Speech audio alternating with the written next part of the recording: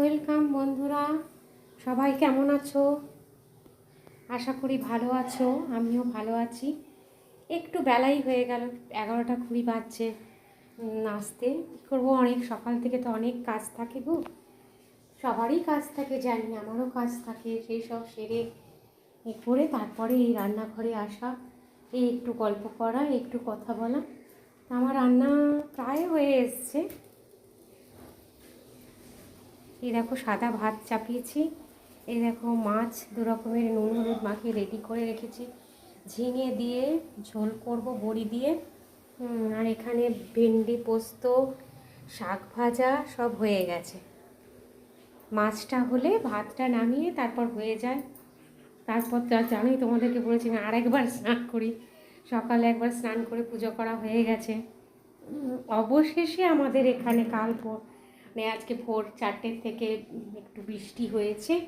এখনও বাইরে মেঘলা মেঘলাই, বেশ ভালো লাগছে। ওই জন্য মেঘলা মেঘলা আছে বলে ভালো লাগছে, বাইরেটা সুন্দর লাগছে।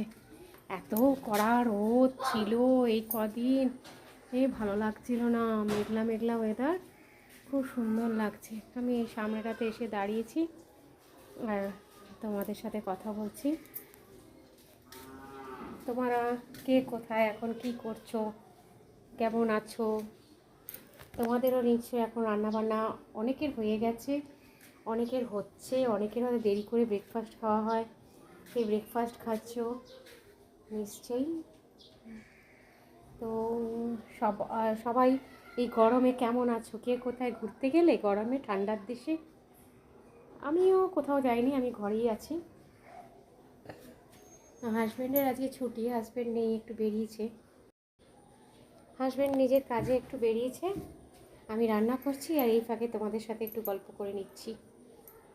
কালকে তো প্রথম সোমবার আমাদের, কালকে শিব পুজো। তোমরা কে কে শিব পুজো করছো, শ্রাবণ মাসের সোমবার করছো জানিও। আমি তো করছি, আমি কাল থেকেই মানে শুরু করে দেবো। কালকেই আমাদের প্রথম সোমবার। পুজোর জোগাড় করা মোটামুটি হয়ে গেছে, তারপর যা জোগাড় সেটা তো কাল সকালে করব। জিনিসপত্র আজকে কিছু এনে রেখেছি, কাল এনে দিয়েছে হাজব্যান্ড, কাল সকালে কিছু আনবো। এই করে মানে কালকে আমি এই মাছ মাংস ডিম পেঁয়াজ রসুন কাল থেকে সোমবার কটা খাবো না।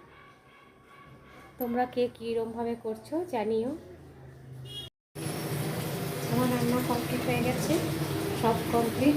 এখন আমি যাবো এবার স্নান করতে। রান্নাঘর পরিষ্কারও হয়ে গেছে। দেখো শাক ভাজা, ভেন্ডি পোস্ত, মাছ, এই যে ভাত, সব কমপ্লিট। চলো টাটা, বাড়ি যদি আবার আসবো। সবাই ভালো থেকো, সুস্থ থেকো, আরও থেকো।